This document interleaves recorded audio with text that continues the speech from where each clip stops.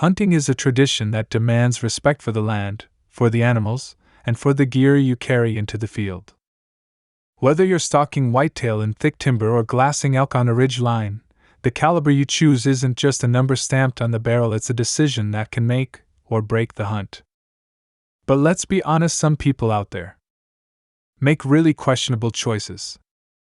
And we're not talking about beginners learning the ropes, we're talking about folks who show up to hunt deer with something better suited for a war zone, or who try to take down a bear with a glorified pellet gun. Yeah, it gets that bad. So today, we're diving into the worst of the worst. The cartridges that are either totally overkill, laughably underpowered, or just flat out ridiculous for hunting. This isn't just about being inefficient, some of these picks are dangerous, unethical, and make the rest of us look bad. If you've ever looked at someone's rifle at camp and thought, "Are you serious?" This one's for you. These are 5 calibers only idiots choose for hunting, and by the end of this video, you'll know exactly what not to bring into the woods. Number 5. .458 Winchester Magnum. The .458 Winchester Magnum was designed in the 1950s to give hunters a powerful, affordable option for taking down dangerous game in Africa. It packs a serious punch, launching a massive 500-grain bullet at around 2,100 feet per second. That kind of power is no joke, it's more than enough to stop a charging Cape buffalo or elephant in their tracks. But here's the thing, unless you're hunting big game on safari, the .458 Win Mag is total overkill. In North America, there's almost no practical reason to use this caliber. It's wildly excessive for deer, elk, or even moose. The recoil is brutal, the rifles are heavy, and ammo isn't exactly cheap or easy to find. Worst of all, using a cartridge this powerful for medium-sized game can destroy way too much meat to waste by any hunter's standards. Some people bring out the .458 for bragging rights or because they think bigger automatically means better. But in most real-world hunting situations, it's just the wrong tool for the job. Unless you're headed to Africa for a serious big game hunt, leave the .458 Win Mag at home. Your shoulder and your meat freezer will thank you. Number 4. 6mm Remington. The 6mm Remington is one of those cartridges that had a lot of potential on paper but never quite took off like it should have. Originally introduced in the 1950s as a flat-shooting, high-velocity round for varmint and medium game hunting, it was capable of firing a 100-grain bullet at speeds over 3,100 feet per second. Sounds great, right? Well, not so fast. The biggest issue with the 6mm Remington wasn't performance, it was poor timing and marketing.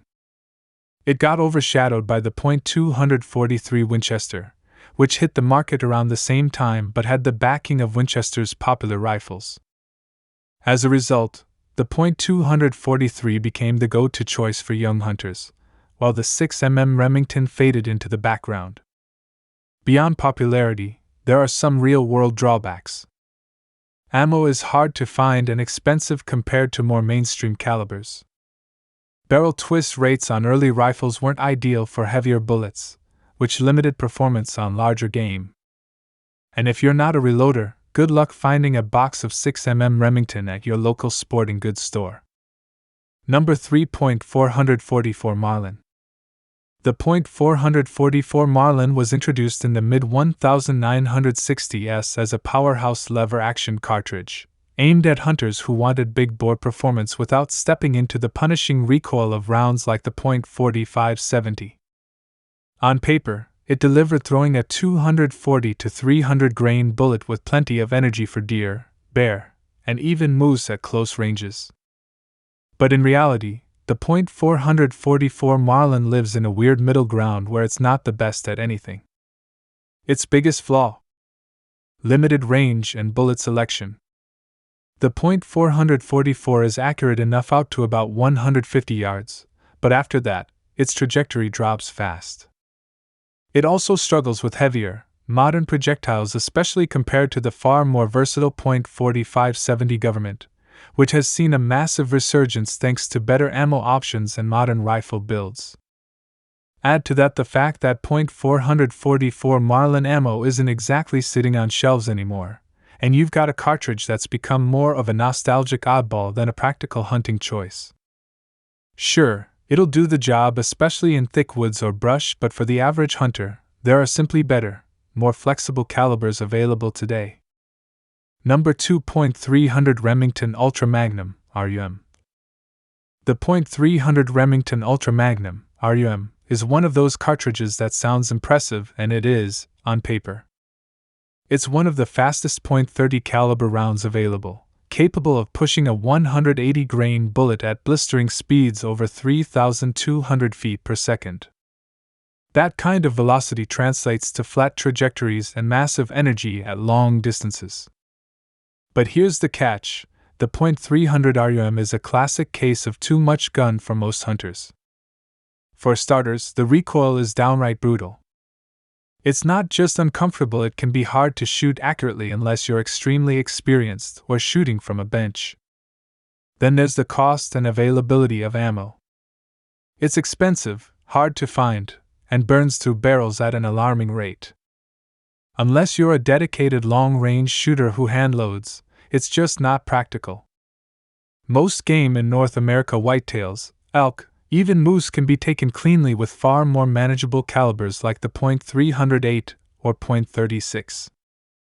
The .300 RUM shines in very specific, long-range, open country hunts, but for everyday use, it's overkill. You don't need a rocket launcher to kill a deer. And unless you enjoy punishment, there are better options out there. Number 1. .223 Remington. The .223 Remington is one of the most popular rifle cartridges in the U.S., thanks to its use in AR-15 platforms and its affordability. It's lightweight, low recoil, and incredibly fun to shoot, which makes it great for plinking, varmint control, and target practice. But when it comes to big game hunting, especially for deer or anything larger, the .223 starts to show its limits. Yes, it can be used for deer in some states where it's legal, and with the right bullet placement, it will do the job. But that doesn't mean it's the best choice. The .223 was designed as a military round, lightweight, high velocity, and effective within a certain range, not as a reliable hunting cartridge for ethically taking down bigger game. Its small bullet size means limited energy and penetration, especially if the shot isn't perfect. For coyotes, foxes, and other small predators, the .223 is excellent. But for hunting animals that deserve a quick, clean kill, stepping up to a more capable caliber like the .243, 270, or .308 is just a smarter, more ethical move.